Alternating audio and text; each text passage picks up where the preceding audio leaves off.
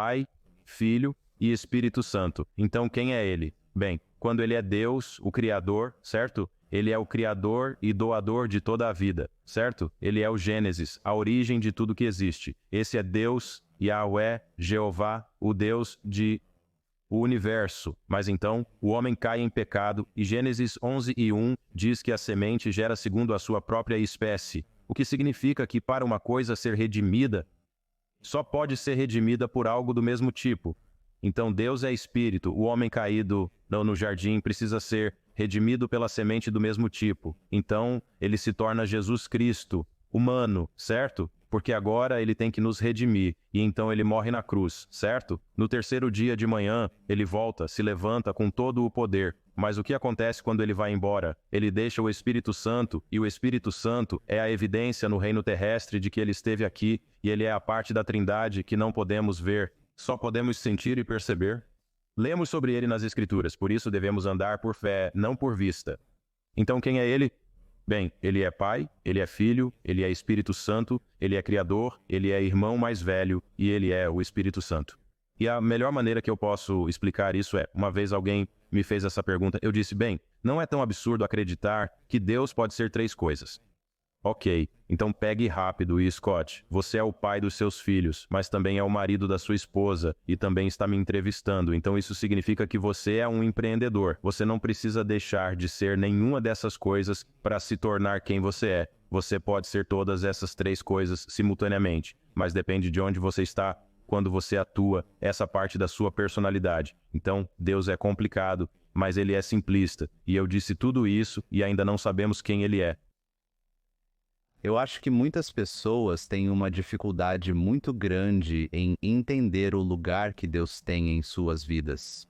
E muitas pessoas ouvem este podcast. São empreendedores e eu não faço muitos programas focados em espiritualidade. E eu quero começar dizendo que você ensina tantas lições e ferramentas rudimentares úteis que eu não quero que alguém que esteja ouvindo isso que antes de você simplesmente mudar de assunto e dizer, escute, eu não acredito em Deus, nunca acreditei em Deus, isso não faz parte da minha vida. Eu quero que você ouça a maneira como passamos por como Deus tem um lugar na sociedade, porque o que eu acredito, só para começar, porque essa é uma ótima maneira de começar, eu acredito que a sociedade como um todo está perdendo a conexão com qualquer Deus. Pode ser o Deus cristão, Deus judeu, Deus islâmico, Deus muçulmano. Como poderia até ser, todas são religiões abraâmicas, tecnicamente adoram o mesmo Deus. Mas você está perdendo o contato, em geral, com a religião tradicional, e o que eu acredito é que quando você perde o contato com a religião tradicional, algo mais substitui isso como Deus em sua vida. Então, dinheiro, trabalho, mulheres, jogos de azar, vício em álcool, e pode ser outras coisas como o trabalho não é necessariamente uma coisa ruim, mas colocá-lo no pedestal que é tudo o que estou servindo, também não é saudável. Então estou curioso, quero dizer, vamos passar pela sua vida, você meio que sabe quais são meus pensamentos sobre para onde a sociedade está indo. Estou curioso se você acha que isso é verdade ou não, e se eu estou totalmente alheio, também está tudo bem. Mas talvez comente sobre isso, mas também comente sobre sua jornada pessoal com Deus, porque, obviamente, ele tem sido uma grande parte da sua vida. Sim, eu acho que toda geração pensa que sua geração é tão ruim quanto qualquer geração anterior.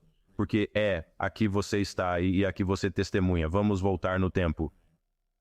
E pergunte aos nossos antepassados quão difícil era viver quando não havia luzes e você tinha que pegar o que comia e tinha que cultivar o que você comia e você não precisava ir. Não havia o luxo de uma mercearia. Vamos falar sobre quando a peste bubônica estava assolando nossa sociedade e você sabe, catapora e sarampo e gripes sem cura. Os tempos sempre foram árduos. E você sempre ouvirá a geração que olha para trás em sua vida e diz, nunca vi algo tão ruim antes. E um dia você e eu estaremos olhando para trás e estaremos dizendo, nunca vimos algo tão ruim antes. Então eu acho que a vida é difícil quando você a vive, mas é mais desvantajoso quando você tem que ver a vida de uma perspectiva da qual você é alheio. Então você vai conversar com algumas pessoas que dirão, sabe, 70 anos de idade para dizer, meu Deus, eu nunca vi isso tão ruim antes da internet. E veja, eles não tinham isso. E nossos filhos crescem nesta época e eles não veem isso como uma dificuldade. Eles veem isso como uma maneira de viver. Eles encaram isso como diversão, sob uma perspectiva distinta. Agora, obviamente, existem algumas lutas que acompanham isso, mas, sabe, pense nos dias de Noé, quando estava inundando e Deus estava lavando o mundo. Aposto que Noé diria, nunca vi algo tão ruim antes. Então, sabe, é relativo. Uma das coisas que eu acredito, minha caminhada com Deus, que foi sua segunda pergunta, foi influenciada por pais que caminharam com Ele antes de mim. Então, eu realmente não tinha uma opção. Era como Deus ou nada mais. Bem, eu cheguei ao meu próprio dilema quando comecei a pensar, tenho 20 anos, tenho 18 anos, quero festejar, quero me divertir, quero fazer o que todos os meus amigos estão fazendo, e ainda tenho esses pais me falando sobre essa coisa de Deus. Essa coisa de Deus significa que não posso ir à boate, beber, nem fazer todas as coisas que meus amigos fazem. Serei honesto, mesmo como ministro do Evangelho, sou assim transparente no nosso púlpito. Eu fiz o meu melhor para ir às boates e fazer festas, e eu fiz tudo isso. Só que isso não apelava para as minhas sensibilidades. Eu sabia aos 14 anos para o que fui criado. Preguei meu primeiro sermão aos 14 anos em julho de 1995, e desde então preguei o Evangelho consistentemente até hoje aos 43 anos de idade. Então, minha criação me ajudou a saber quem era Deus, levou minha própria experiência para conhecer Deus, e eu não posso te dizer o quão grande é essa diferença. Há uma diferença entre saber quem é Deus e conhecer Deus. Por exemplo, eu sei que Elon Musk é rico. Eu sei que ele teve algo a ver com a criação do caminhão Tesla. Eu sei que ele é o dono. Eu sei que o patrimônio líquido da X ultrapassa 300 bilhões de dólares.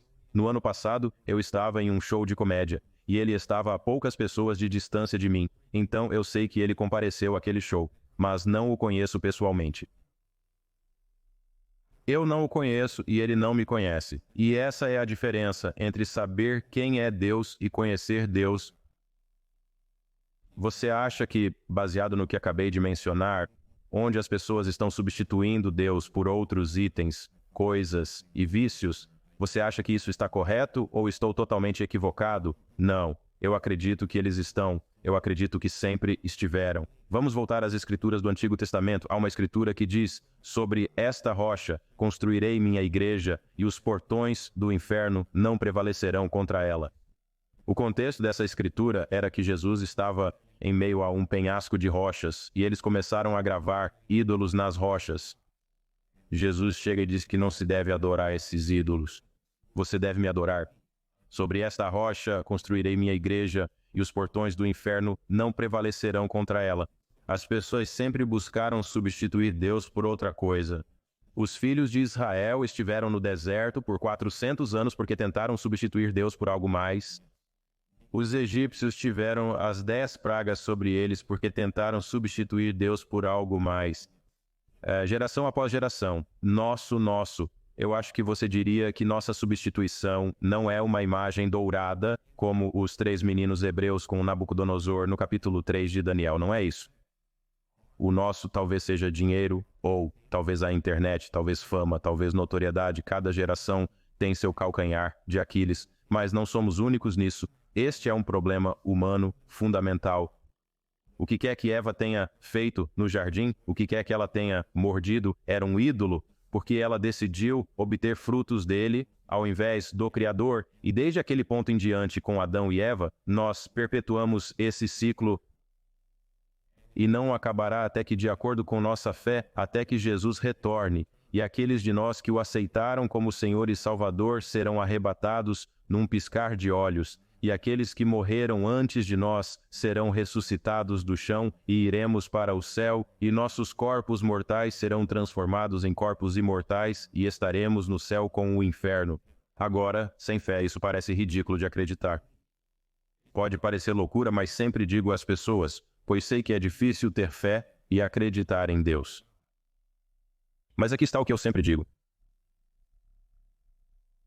Talvez nada do que eu disse seja verdade, digamos. Eu preferiria ter Deus e não precisar dele do que precisar dele e não tê-lo. Então, digamos, por exemplo, que nada do que eu disse é verdade e você acredita mesmo assim, pelo menos você tem. Mas se for verdade e você não acredita, você tem tudo a perder. Se não for verdade e você não acreditar, você tem tudo a perder. Se for verdade, se você não acreditar, tem tudo a perder. Então isso é uma ótima transição para a minha próxima pergunta, porque o que você está dizendo é uma maneira muito prática, né? É uma maneira muito lógica de olhar para Deus e fé e espiritualidade. E na sociedade, e eu ia perguntar se você sabe, com base no que você disse, que a teoria que você acabou de dizer, como é que você não só conhece Deus, mas você conhece Deus, e eu acho que muitas pessoas conhecem Deus, mas não conhecem Deus. E eu ia perguntar, como alguém na sociedade moderna constrói essa relação melhor? Novamente, vindo de alguém que não é muito religioso, como alguém constrói essa relação melhor? E que lugar isso serve fora de, em teoria, depois que seguimos em frente e... Então eu diria isso para a premissa original do início da pergunta. Eu sou um líder religioso, mas isso não significa necessariamente que sou excessivamente religioso, porque acredito que há uma diferença entre ter um sistema de crenças e ter um sistema religioso, e também acredito que há evidências nas Escrituras de que o próprio Jesus era, no mínimo, avesso aos sistemas religiosos, separando a adoração a Deus da religião. Essas são duas coisas diferentes: denominação, denominacionalismo. Nossa igreja é uma igreja não denominacional porque não acreditamos que você tenha que ser um batista ou um pentecostal ou, sabe, um metodista ou católico. Não acreditamos que você tenha que ser de qualquer denominação específica para fazer parte de toda a família de Deus. Então, como uma pessoa dentro de uma sociedade moderna encontra a fé? Veja, aqui está a questão. Aceitar Jesus Cristo ou aceitar Deus não é tecnologia. O processo não se atualiza. É o mesmo de 1 milhão de anos atrás. Se você acredita na evolução, ou 6.000 anos atrás, se você apenas acredita na criação, e nenhum nem outro, e nenhum de nós sabe, as pessoas podem te dizer que sabem a idade da Terra com base nas rochas sedimentares. Nenhum de nós sabe porque Deus é inteligente o suficiente para que ele possa ter criado coisas com idade nelas, certo? Porque Adão e Eva não nasceram crianças, eles nasceram adultos, então ele pode criar coisas já envelhecidas, então nenhum de nós sabe. Mas o processo para encontrar Deus não é tecnologia, ele não se atualiza, você simplesmente precisa ter fé. Romanos, capítulo 10, versículo 9, diz que se você confessar com a sua boca que acredita que Jesus é o Senhor e acredita em seu coração que Deus ressuscitou seu Filho dos mortos, será salvo ou está salvo. É isso. Em nossa igreja dizemos que é simples como o alfabeto. Você o aceita A, você acredita nele B e você o confessa C. Não há tecnologia nisso, não muda se você mora em Bangladesh ou se você mora na Louisiana. Não importa se você mora em Manhattan ou se você mora em Miami. Não importa se você mora em Houston ou se você mora em algum lugar perto das montanhas do Irã. Não importa se você acredita, ele é tão universal que ele entrará em seu coração. E quando ele entra em seu coração, as coisas que parecem ser difíceis de acreditar, de repente se tornam mais fáceis de acreditar, porque você agora está influenciado por este poderoso espírito que você não pode ver, provar ou tocar, mas pode sentir, e eu prometo a você, eu posso senti-lo, eu vi ele fazer coisas que não são comuns, eu vi ele fazer coisas, eu vi vidas mudarem, eu sou uma representação dessa mudança, de ter esse poder superior infundido em sua vida. E você sabe, né? Eu não sou um que acredita na evolução, porque a teoria do Big Bang nunca fez sentido para mim, porque se eu detonar uma bomba agora, nunca vi nada se montar como resultado de uma explosão. Não acredito que aconteceu antes, nem que possa acontecer agora. Eu acredito que tem que haver. A vida é tão complicada. Você olha ao redor e há árvores, rios, reservatórios, céus e estrelas. É simplesmente muito complexo. para ser deixado ao acaso. Então eu escolho acreditar que existe um Deus. Sempre parece que essas denominações realmente servem para polarizar até certo ponto grupos de pessoas que acreditam em algo. Nunca entendi bem isso e estava tentando descobrir o porquê. Sou canadense e me mudei para os Estados Unidos da América. E no Canadá há muito mais catolicismo romano. Isso parece ser bem mais comum do que nos Estados Unidos da América. E nos Estados Unidos da América você vê não denominacionais e vê como diferentes versões do cristianismo. E eu também estava curioso por que existem tantas denominações diferentes, além de razões históricas. Existe algum comentário específico ou apenas pensamentos sobre como a religião evoluiu e o propósito que deveria servir versus talvez como está sendo interpretada agora? Então nós meio que temos dois correntes de pensamento, né? Temos pessoas que não são religiosas, mas então as pessoas que são religiosas parece que é o jeito delas ou de jeito nenhum. Eu também considero esse comportamento tóxico. Sim, eu concordo com você, e deixe-me dizer isso. Eu tive uma grande oportunidade. Foi um prazer, eu tive a oportunidade de falar em Toronto, eu falei em Montreal. Segundo o que o pastor me disse, apenas 3% da área em que estávamos falando em Montreal, mas posso estar errado nas estatísticas. Se inscreve no cristianismo. A maioria das pessoas naquela área eram seguidoras da fé islâmica e muçulmanas, e então para ele ter uma igreja bem-sucedida naquela área, era obviamente uma missão positiva para ele. Meu Deus, sim, eu acho que você está tão certo de que existem pessoas religiosas. E, novamente, eu fiz a distinção anteriormente entre ser religioso e ter fé. Eu acho que são duas coisas diferentes. E eu acho que quando você é integrado em uma religião como um modo de vida, sendo uma pessoa religiosa, eu acredito que você vê a religião como, bem, deixe-me recuar, eu acho que denominacionalmente dentro da religião, isso é uma coisa feita pelo homem. Você não vê a palavra pentecostal na Bíblia. Você não vê o catolicismo na Bíblia. Todas essas são coisas feitas pelo homem. Por quê? Porque, e eu já vi isso, deixe-me trazer isso para um nível ainda mais baixo do que a denominação. Quando eu estava crescendo, nossa igreja fazia parte da Convenção Batista Nacional. E todo ano tínhamos que ir a essa convenção e todos usavam ternos o dia todo. E íamos à igreja o dia todo e eu odiava isso. Quer dizer, eu odiava isso. Eles precisavam ir à igreja e à aula. Nosso pastor nos arrastava por toda parte. E então, um ano ele perguntou, vocês querem ir à reunião de inverno da diretoria? E eu disse, ok. E quando chegamos lá, era o Batista Progressista, era o Batista Nacional. Era uma parte de 4 diferentes sessões batistas da convenção. E eu perguntei a ele, eu disse, por que temos? Se todos nós somos batistas, por que existe um Batista do Sul, este Batista? Quando os homens não conseguem o que querem, eles partem para algo novo. Ele me mostrou e disse, você vê aquela igreja ali? Essa igreja é chamada de Primeira Igreja Batista. Eu poderia te levar em 3 minutos pela estrada. Você verá a Segunda Igreja Batista. A Segunda Igreja Batista surgiu devido a desentendimentos com membros da Primeira Igreja Batista. Assim, ao invés de resolverem suas diferenças, fundaram a Segunda Igreja Batista. A 1 milha daqui você encontrará a Terceira Igreja Batista. Porque as pessoas na Terceira Igreja Batista não conseguiam se dar bem com as pessoas na Segunda Igreja Batista. É uma coisa feita pelo homem, e quando a autoridade não pode ser alcançada, os homens têm uma maneira de se afastar e começar sua própria denominação. Isso não tem nada a ver com como Deus instituiu a igreja.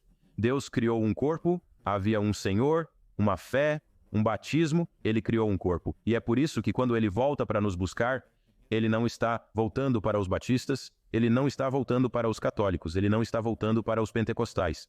Ele não retornará aos metodistas. Ele não está voltando nem para os negros, nem para os brancos. Ele não está voltando nem para os ricos, nem para os pobres.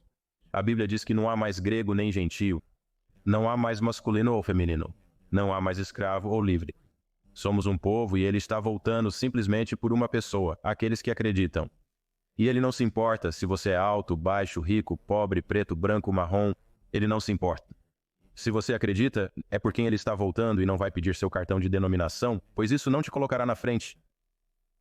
Quando você sabe que apresentou alguns pontos diferentes, né, sobre sistemas de crenças quando você fala com pessoas que são ateus ou agnósticos? Qual é a sua? E tenho certeza que seu comentário será eu não sei se você tenta convencer as pessoas a se tornarem mais religiosas ou não, eu deixo isso com você.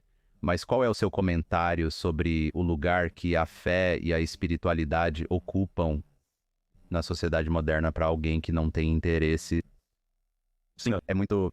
é difícil ter uma conversa com alguém que não tem interesse, mas o que acreditamos na fé é que você planta a semente e deixa Deus fazer a rega, sabe? Há uma escritura que diz: eu, Paulo, plantei a semente, Apolo a regou. Então, às vezes, a pessoa que planta a semente não tem a chance de ver a maturação. Se eu estivesse conversando com você agora e você fosse ateu, a última coisa que eu faria seria tentar convencê-lo a acreditar. Entendo que seria igualmente difícil eu convencê-lo a acreditar ou você me convencer a não acreditar. Ambos chegamos à mesa com uma noção preconcebida e senso de crença. Então a única coisa que posso fazer pelo não crente, depois de compartilhar minha fé e possivelmente ser negado, é ser um exemplo de Deus. Apenas ser. Isso é tudo que temos que fazer se a igreja se concentrar em ser boa ao invés de dizer às pessoas o quão boas elas não são. Mais pessoas podem ser atraídas para o que estamos fazendo, como aqueles que se inscrevem na fé. Você não vai conseguir bater na cabeça de ninguém e dizer a eles que vão para o inferno se não acreditarem, e você nunca terá sucesso se não acreditar. Não, você está falando com alguém que provavelmente já é bem-sucedido. Então, como isso funciona? Como você diz ao bilionário que ele não terá sucesso, se é assim que ele se inscreve para o sucesso, que ele não terá sucesso se não acreditar? Agora nós não acreditamos que as coisas desta terra são os métodos pelos quais nos inscrevemos para o sucesso. Nossa recompensa é uma que não podemos ver, é um lugar celestial onde teremos vida eterna com Deus e não vida temporária nesta terra, porque a casa em que você está agora é linda.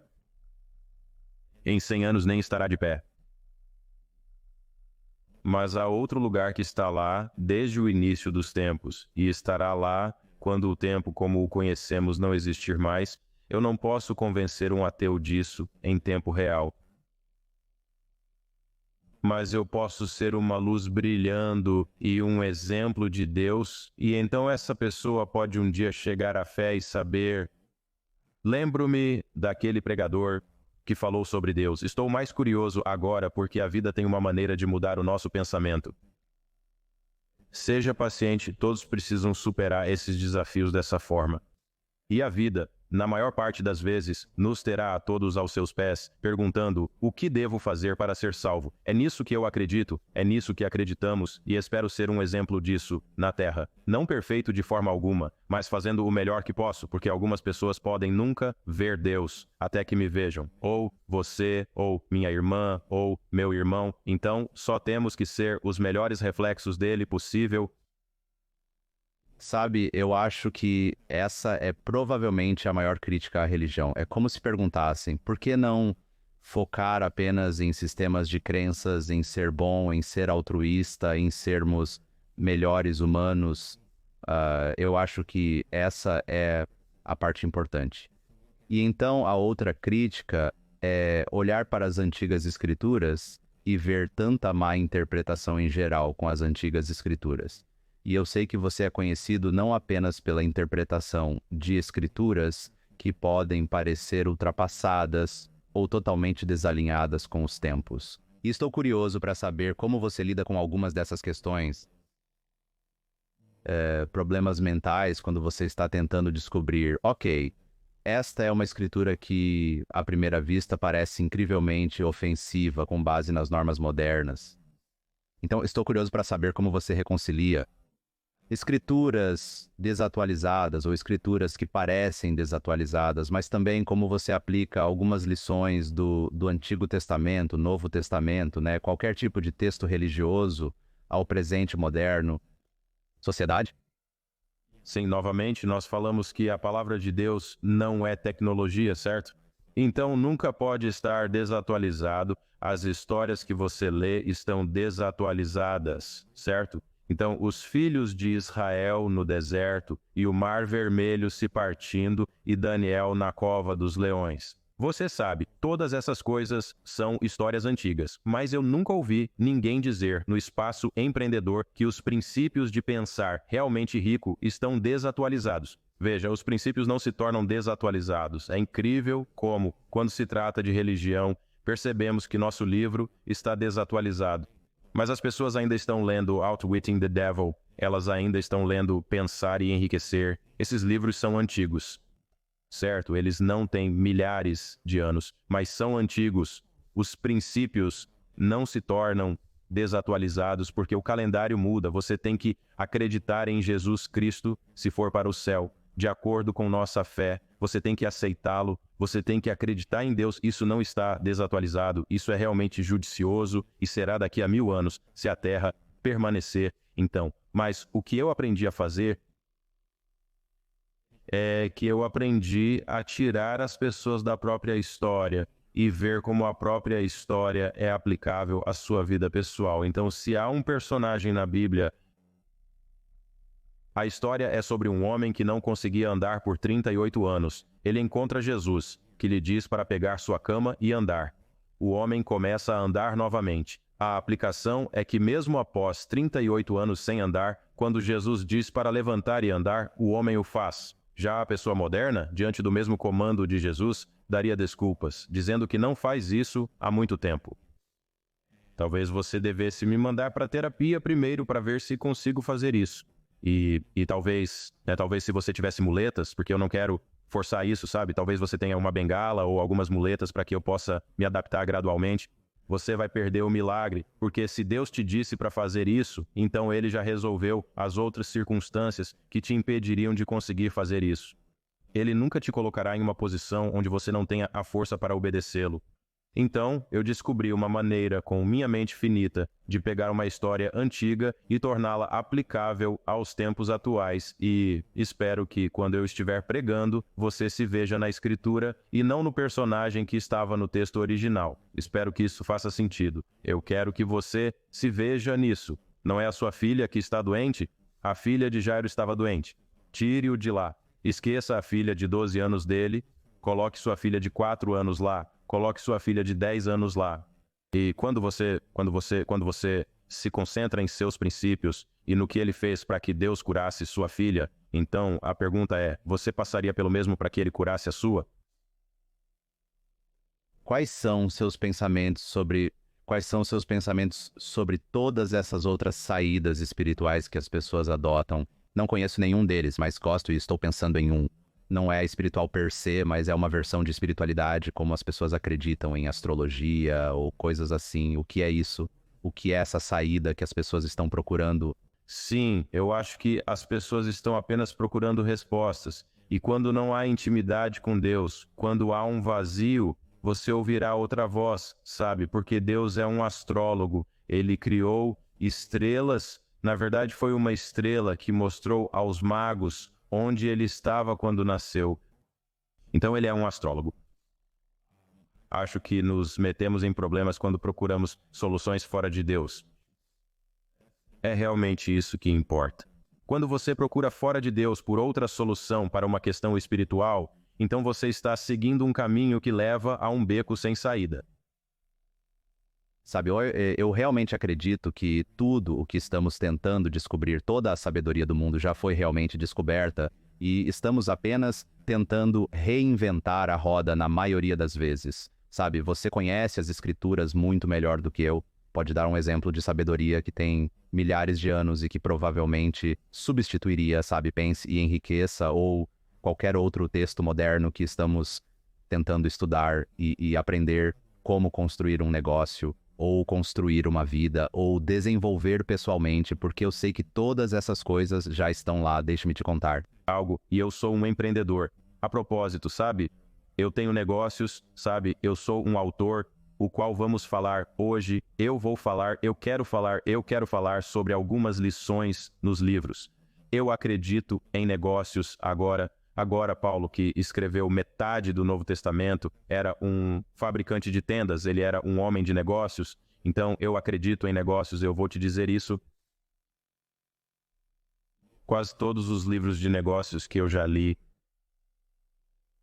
Era como o livro de Provérbios, né? Todos os princípios bíblicos que Salomão, que foi o homem mais sábio e rico que já viveu, né, escreveu nos Provérbios, os 31 provérbios que ele escreveu, eu acho que a maioria dos princípios de negócios são, na verdade, princípios bíblicos que não dão crédito à fonte original. Eu vi isso repetidamente. Quando você lê, eles podem enriquecer, que é provavelmente um livro de 100 anos. Tudo o que Napoleon Hill escreveu naquele livro, você pode encontrar Salomão dizendo em tempos anteriores de maneiras diferentes, então eu não acho que há muita desassociação entre negócios e Bíblia. Eu apenas acho que às vezes caímos na armadilha de obter nossos princípios de negócios de uma Bíblia por causa da superinundação de pensamento religioso, que temos uma associação com isso, mas Deus gosta de negócios. Ele gosta de negócios, ele cria empresários, e eu não sou um que acredita que todos os empresários são maus.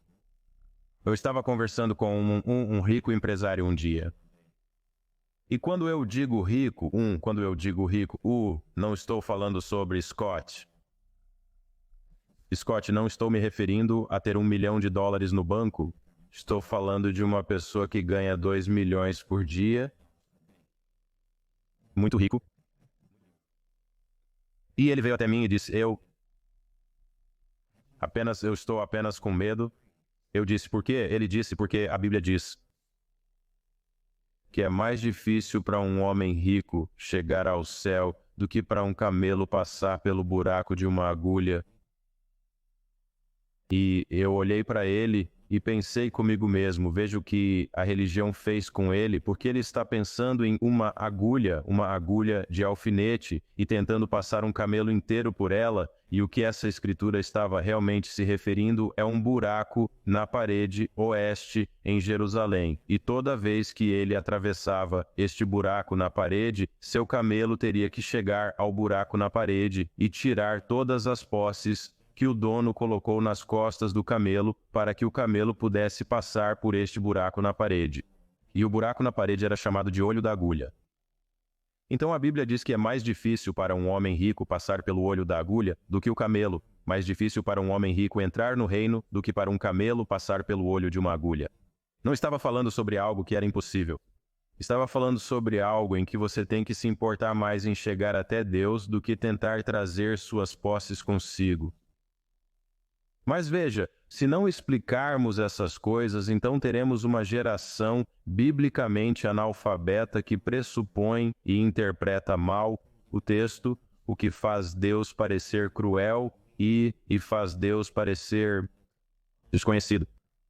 Temos que interpretá-lo corretamente para que todos saibam que há espaço no reino de Deus para os pobres e os ricos, para o empreendedor e o empregado, para o empresário e o homem que está tentando fazer negócios. Há espaço para todos nós com o coração certo. Eu acho que isso é, eu não tinha ideia, mas eu já ouvi isso, eu já ouvi esse ditado antes. E a má interpretação deve ser selvagem, porque assim como tudo o resto, a má interpretação é a mídia social, é o tweet mais viral que você sabe que é enviado para milhões de pessoas e então de repente isso é o que agora é considerado como verdade quando não é. O que é, quero dizer, isso é um todo outro. Isso é um todo outro. Poderíamos falar o dia todo sobre isso, mas isso é, eu não tenho dúvida. Ok, vamos falar. Então, quero dizer, você tem os 2 livros que você escreveu. Então, a mudança e o amor preguiçoso. E o amor preguiçoso é o mais recente, certo? Se eu não estou enganado, sim. Então, o amor preguiçoso é o mais recente. Então, a mudança fala sobre transição, fala sobre desconforto, fala sobre um monte de coisas diferentes, sobre pessoas passando por momentos difíceis.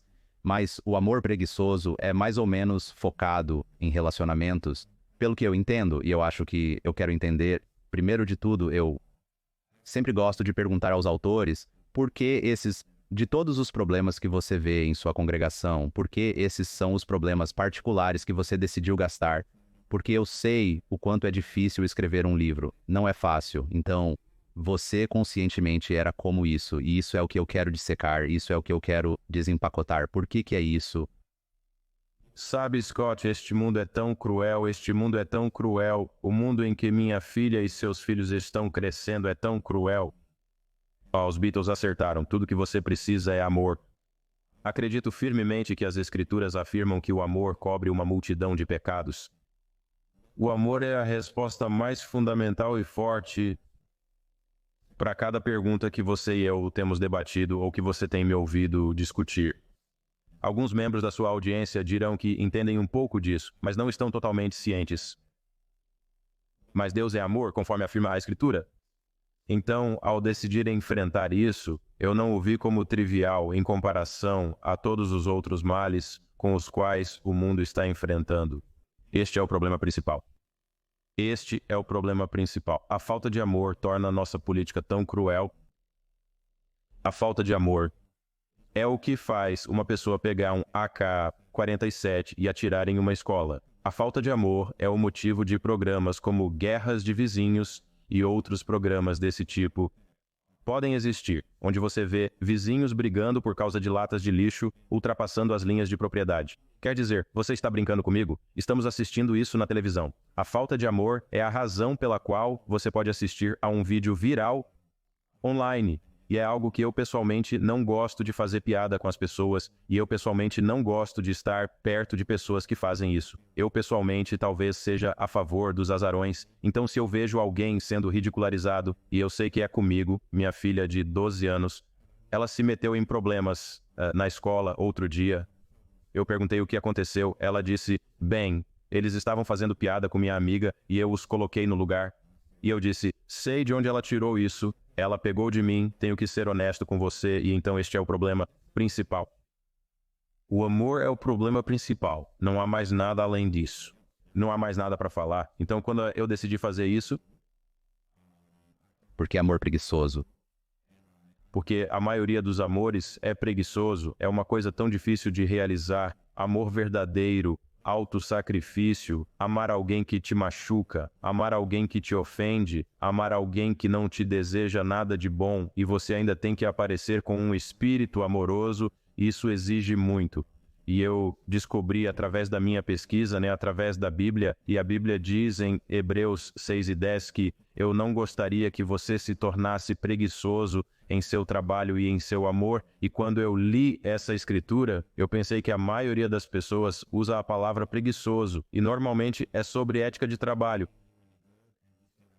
Mas é difícil perdoar, e você não pode ser preguiçoso quando faz isso. Eu falo nos capítulos sobre a palavra perdão, e as 4 ameaças são a falta de perdão, a falta de comunicação, a falta de compreensão da diferença entre sexo e intimidade. Certo? A falta de comunicação, que existem todas essas diferentes ameaças, e quando cheguei à parte da falta de perdão, falei sobre como a palavra perdão, eu queria mudá-la para ser perdão, é chamado perdão, mas é realmente antes, é como a testa, não F-O-U-R, F-O-R testa. Então a testa é chamada de testa porque é a mais proeminente, é o começo. Antes do corpo começar, você precisa chegar à testa. Então, o perdão não pode vir após a dor. O perdão tem que vir antes de você se machucar, o que significa que eu tenho que decidir que sou uma pessoa perdoadora, mesmo antes de ser uma pessoa machucada. Tentar perdoar alguém depois que eles te machucam é como tentar construir um avião no ar. Ele tem que ser construído antes de decolar. Então, essa é a base do livro. E isso dá muito trabalho. Por que amor preguiçoso? Porque eu diria que 90% de nós, se não mais, é esse o tipo de amor que estamos praticando. O tipo de amor que facilmente diz, sabe de uma coisa? Você machucou meus sentimentos, então estou terminando com você. O tipo de amor que diz, sabe de uma coisa? Eu não sinto vontade de conversar hoje. Eu não sinto vontade de conversar. O tipo de amor que você diz ao seu cônjuge, sabe de uma coisa? Ela diz, querido, o que há de errado? Nada. Cara, estamos mal. Nada. O que há de errado? Nada. Quer conversar? Estou bem. Isso é preguiça. Não consigo me lembrar de quem teve essa ideia, mas achei tão brilhante. Foram os relacionamentos que sobreviveram. E foi em um contexto de relacionamento romântico como marido e mulher, mas pode ser qualquer relacionamento. O relacionamento para sobreviver é sempre que há um desacordo, ao invés de ser reparado para 99%, é reparado para 101%. Esse é o contexto geral. Porque quando um relacionamento é reparado apenas parcialmente, é como uma morte por 1000 cortes ao longo do tempo, nunca sendo completamente restaurado. É interessante, pois tenho certeza de que, como líder espiritual, muitas pessoas o procuram com seus problemas de relacionamento.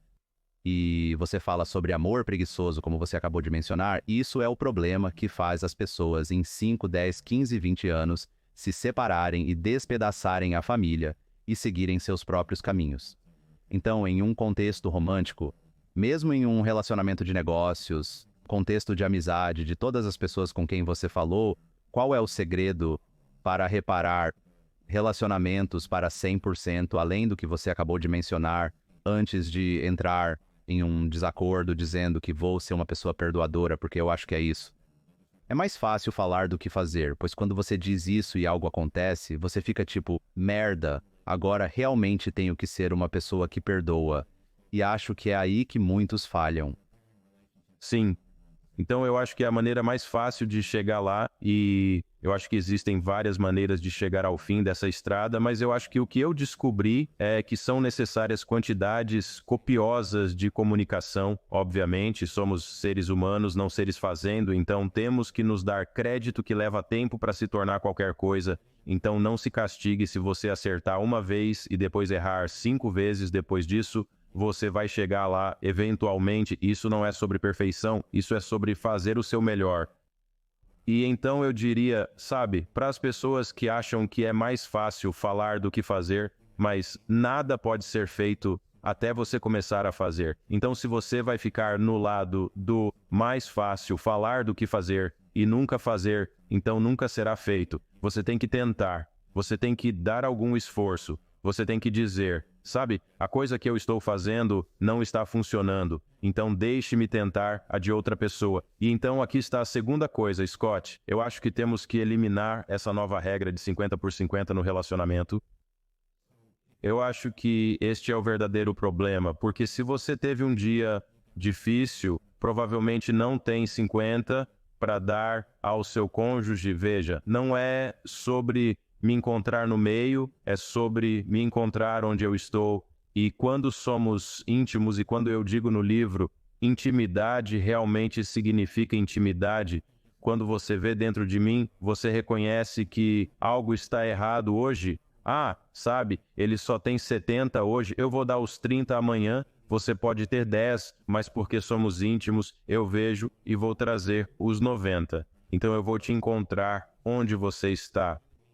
E não no meio, porque se você tem 30 e eu te encontro no meio, então ainda há 20 que ficaram por fazer. Então temos que nos livrar dessa coisa de 50-50, e eu sei que as pessoas significam isso de maneiras financeiras, mas eu acredito que elas significam isso de muitas outras maneiras também. Não é nem financeiro, mesmo financeiramente, né? Se você sustentou sua esposa por 13 anos a 100% e você cai em tempos difíceis, ela deveria estar disposta a fazer 100% até que você possa se recuperar. Essa loucura de 50-50 nos coloca em uma posição de espera. Disse, ok, eu fiz a minha parte. Quando você vai fazer o resto, encontre uma pessoa onde ela está e não no meio. E isso é verdade. Isso é amor verdadeiro. Isso é verdade. Isso é verdade. Isso é o oposto de preguiçoso.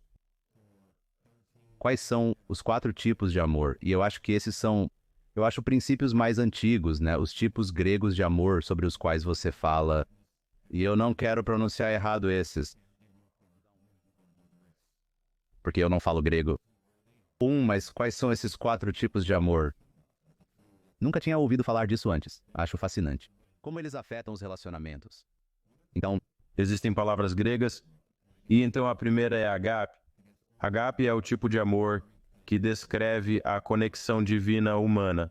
É o amor que Deus tem pela humanidade. Apesar de sua maldade e perversidade, Ele a ama de qualquer maneira. Isso é agape. Então você tem storge, que eu acredito que você está olhando. Sim, então você tem palio. E então vamos falar sobre filéu. Essa é fácil. Então, seus leitores ou ouvintes podem entender isso. Filéu, palavra grega. É de onde tiramos nossa palavra em inglês Filadélfia. Significa amor fraterno. É por isso que Filadélfia é a cidade do amor fraterno. Então, Filéu é o amor que tenho por você como meu irmão, e o amor que você tem por mim, respeito mútuo, como eu te protejo, você me protege, sabe? Eu te amo, não importa o quê. Você me ama, não importa o quê. Então você tem Eros. Eros, de onde tiramos nossa palavra em inglês erótico, certo? Então é aqui que encontramos a diferença entre sexo e intimidade. Neste amor Eros, então eu trouxe as palavras originais, ou como você se refere a elas, as palavras do texto mais antigo. Porque a verdade é que se vamos resolver nosso problema de amor, temos que voltar aos princípios originais. Veja, agora o amor é isso. Você olha no Instagram e vê duas pessoas de mãos dadas e eu vi isso. Isso é provavelmente a coisa mais nojenta que eu já vi. Eu vi uma foto de um vaso sanitário, que era como um vaso sanitário duplo, e tá falando que se você não está disposto a sentar do outro lado, então você não ama sentar. Isso é, estamos reduzindo algo tão forte para algo tão bobo. Se não estivermos nos abraçando, beijando no rosto e de mãos dadas o tempo todo, se não for esse tipo de amor, eu realmente não quero. Eu não quero. Temos que voltar aos princípios originais do amor. E o que é isso? Estou disposto a sacrificar quem eu sou e o que acredito que mereço para o seu benefício, mesmo que eu não receba nada em troca. De onde tirei o título Amor Preguiçoso? Está no texto que eu te falei sobre Hebreus capítulo 6. Diz que eu não gostaria que você fosse preguiçoso. Eu procurei a palavra preguiça. Diz preguiçoso na língua original. Bem, eu procurei o animal, o bicho preguiça. Fiz uma pesquisa interessante sobre o bicho preguiça e descobri que sempre o vemos se movendo bem devagar. Tive que me perguntar por que esse animal se move devagar. Nenhum outro animal faz isso. Por que ele se move lentamente? Fiz algumas pesquisas. Você pode descobrir isso, que os bichos preguiça em si não são realmente animais lentos.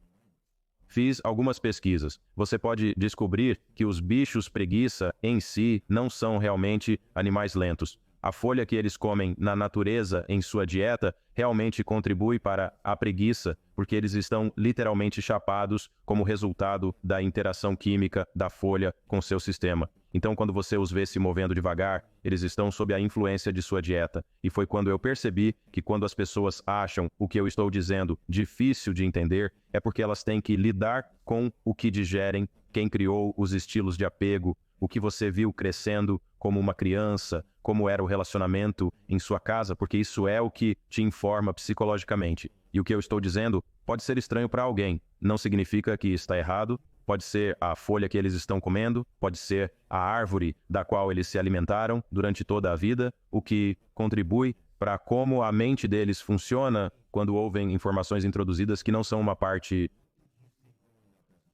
da origem de como eles pensam. Então eu amo essa analogia. Excelente analogia, mas não conhecia esse fato sobre slots. Isso é incrível. Então, muito disso é desprogramar e desaprender, e há algum trauma de infância que se envolve em tudo isso que meio que te impede de aprender novas ideias, novas lições. Quando alguém realmente quer ajuda, porque como você disse antes, se é muito difícil ajudar alguém que não quer melhorar sua própria vida. Mas quando alguém tem todos esses traumas ou todas essas noções preconcebidas, ou como seus pais os trataram ou ensinaram, ou como foram seus relacionamentos passados, ou como eles se veem nas redes sociais, e veem essa versão performática do amor em oposição ao amor real autêntico, essa versão preguiçosa do amor é provavelmente a melhor maneira de colocá-lo. Qual é a estratégia para acordar, para se reprogramar, para desaprender tudo o que está te segurando? Essa é uma ótima pergunta. Então, existem essas 4 ideias chamadas estilos de apego. E o estilo de apego sugere que, para nos desprogramar, temos que descobrir como fomos pré-programados e que toda pessoa viva aprende o amor das pessoas que a criaram. Então, agora, o que acontece é... Meu pai era um jogador de futebol semiprofissional que se divorciou uma vez, casou novamente, se separou e então conheceu minha mãe. Minha mãe havia se divorciado e conheceu meu pai. Então estamos falando de 3 divórcios e 2 pessoas que não estavam casadas quando me conceberam. Agora, como você acha que o amor foi prescrito e descrito para mim sem comunicação, apenas observando como um bebê e uma criança pequena? Como você acha que eu observei o amor? Primeiro de tudo, meu pai foi divorciado, então ele está machucado. Minha mãe foi divorciada, então ela está machucada. Eles não são casados, eles não moram juntos. Eu não sei quem é meu pai até eu ter 12 anos de idade. Eu nunca ouvi ele dizer eu te amo até eu ter 12 anos de idade. Eu nunca ouvi ele me dizer que estava orgulhoso de mim até eu ter 12 anos de idade. Então eu passei 1 década mais 2 anos sem qualquer afirmação masculina.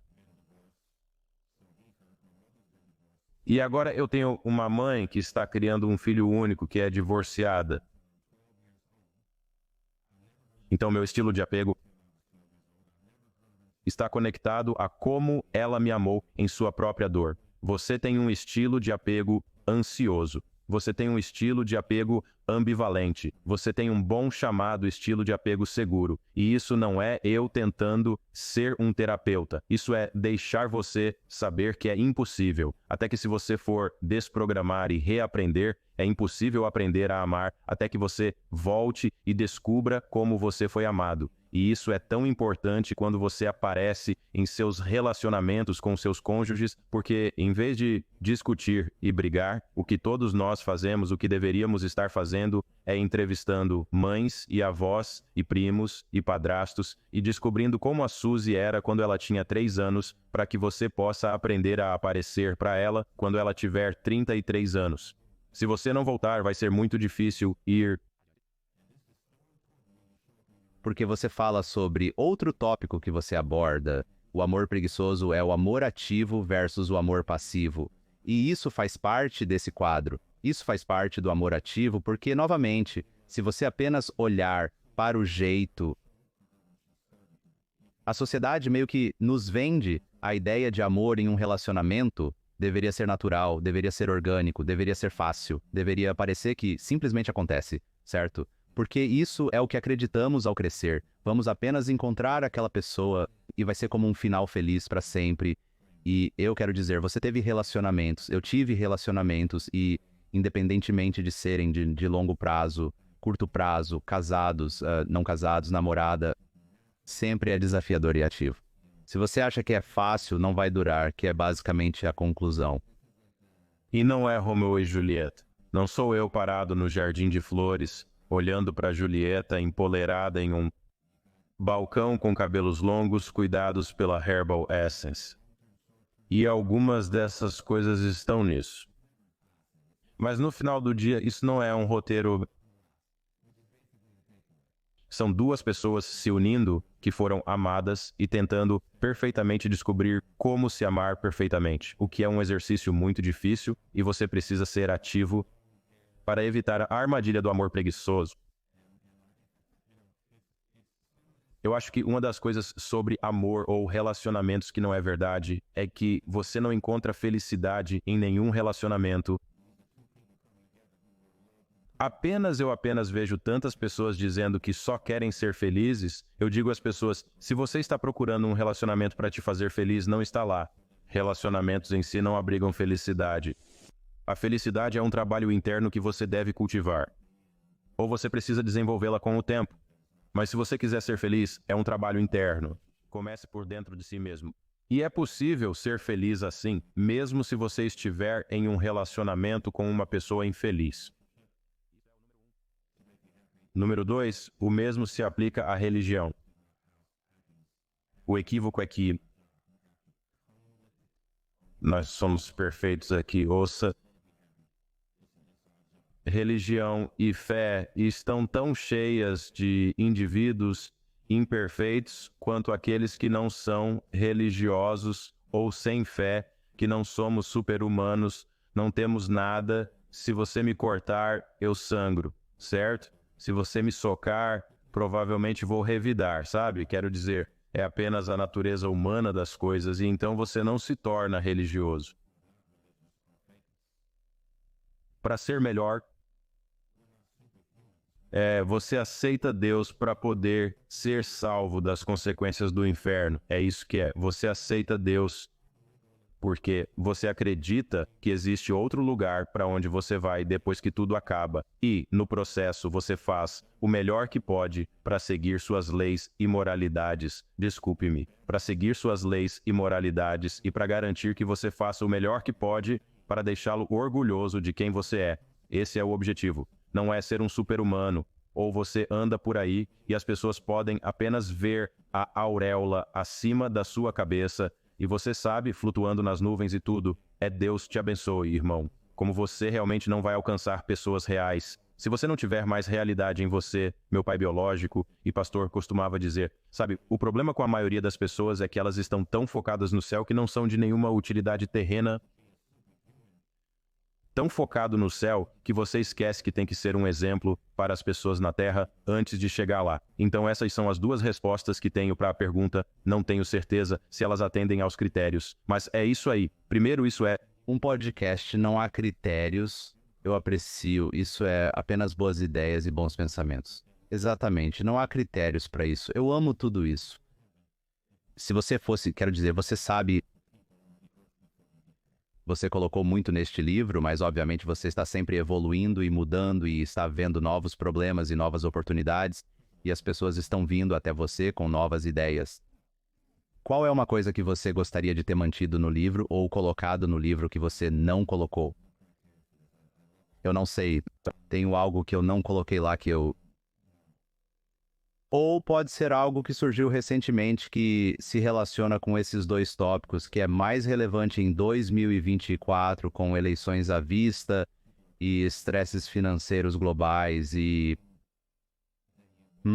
eu realmente não sei, eu diria que não, isso é bom, isso é bom. Isso não é para ser uma pergunta capciosa. Às vezes as pessoas têm essas coisas que simplesmente aparecem em suas vidas, que são tão relevantes e realmente se relacionam com o tópico, ou eles estão preparando o cenário para provavelmente a próxima peça em que vão trabalhar, coisas que você sabe que as pessoas estão pedindo para você resolver para elas, que como um líder religioso e espiritual, elas, você sabe, você acha que mais pessoas precisam dessa sabedoria ou dessa percepção.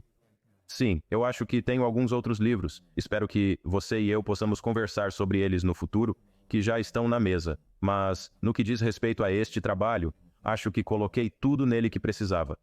A única coisa que eu não fiz, e que gostaria de ter pensado desde o início, foi acompanhá-lo com um livro de exercícios, porque acho que os problemas nele são tão complexos que seria bom para as pessoas trabalharem nele enquanto estão lendo e apenas colocar um livro de exercícios com ele. Esse é o meu único arrependimento. Mas quanto ao conteúdo, acho que demos tudo o que tínhamos.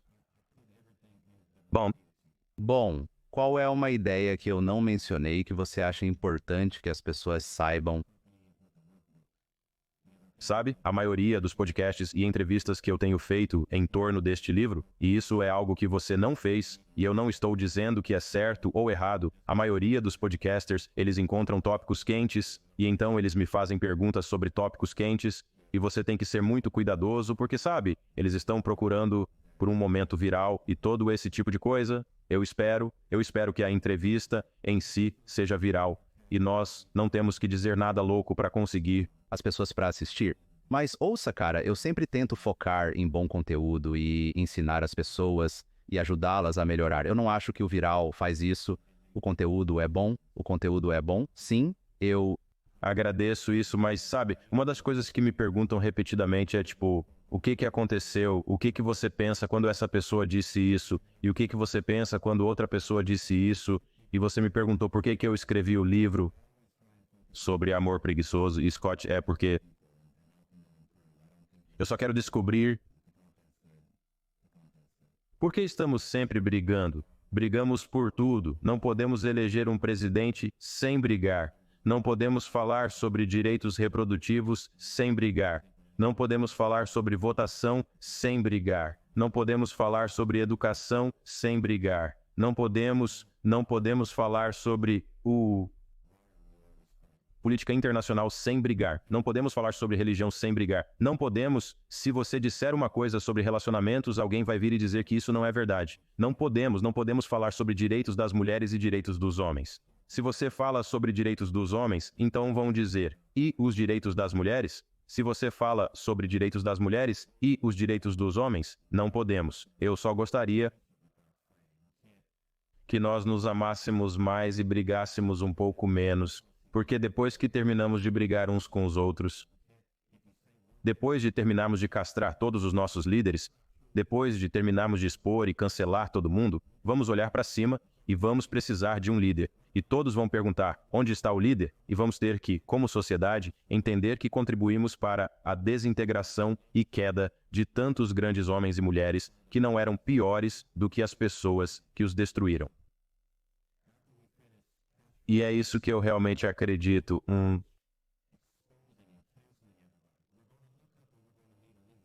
Este mundo precisa dar uma olhada real, clara e dura. Está tudo bem em discordar. Está tudo bem em dizer, eu acho que o que você acredita é absolutamente ridículo. Eu não vou tentar destruir quem você é para provar esse ponto. E é por isso que eu escrevi este livro. E espero que, se ajudar apenas 1%, que é uma meta audaciosa, se ajudar 1% de 1%, se 1000 pessoas disserem que entenderam, então eu teria feito do mundo um lugar melhor. E eu ficaria orgulhoso com isso. Eu gosto muito disso. É um ótimo pensamento, porque, sabe, eu realmente já pensei sobre por que mais pessoas não entram na política e por que mais pessoas não se colocam na arena com medo de morrer. Não é que eles não sejam bons líderes, é que não aguentariam o escrutínio de pessoas que iriam expor para baixo. Mas é fácil expor uma pessoa quando você está atrás da câmera, mas basta se colocar na frente dessa lente e ver o que as pessoas poderiam descobrir sobre você, e isso mudaria o jogo. Eu acho que existem algumas pessoas que não merecem liderar, e acho que existem algumas pessoas que fizeram coisas horríveis, e para nós não segui-los é absolutamente apropriado nestes dias e tempos. Mas estou falando sobre quando fazemos suposições sem fatos e ainda tomamos decisões.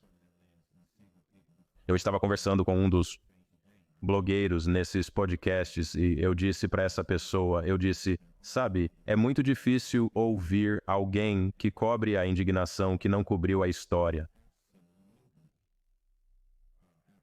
O mundo precisa melhorar nesse quesito. Estou esperançoso de que provavelmente não tão cedo, mas acho que um dia vamos e o mundo será um lugar melhor, porque temos que deixar isso em um lugar melhor para nossos filhos. Está feio lá fora agora. Bem, Um livro por vez. Isso faz a diferença. Onde as pessoas podem ir para se conectar com você? Para onde você quer enviar as pessoas? O livro estará disponível na Amazon globalmente. Você pode comprar livros, com certeza. Pode comprar livros. E se você quiser acompanhar nossa jornada, pode ir ao Pastor Keon no Instagram e Keon Henderson em todas as outras plataformas, como o Facebook. Procure-nos e acompanhe nossa jornada. E, sabe, sou eu. Às vezes respondo aos comentários pessoalmente. As pessoas perguntam, é realmente você? Tipo, sim, sou eu mesmo. É chamado de mídia social não administrativa. Certo, então sim. Sou eu amo isso. Se você fosse deixar o público com um último pedaço de sabedoria, algum conselho que você daria ao seu eu mais jovem, o que seria? Eu diria ao meu eu mais jovem. Que você nasce parecendo com seus pais, mas morre parecendo com suas decisões. E onde quer que você diga não e onde quer que você diga sim, é um reflexo de onde você acaba. E então, se você não gosta de onde acabou, então você tem a chance de dizer não onde você disse sim. Então você tem a chance de dizer sim. Onde você disse, não, eu amo isso, Pastor Keon. Eu te agradeço, cara. Eu te agradeço por ter vindo. Eu te agradeço por ter essa conversa. E eu agradeço toda a bondade que você está colocando no mundo. Então não pare. Esta tem sido uma das minhas entrevistas favoritas de toda a série desde o início de agosto. Quero dizer a você e seu público que está fazendo um trabalho fantástico. Continue assim. Amo sua energia e sou grato por estar com vocês e espero que possamos fazer isso novamente.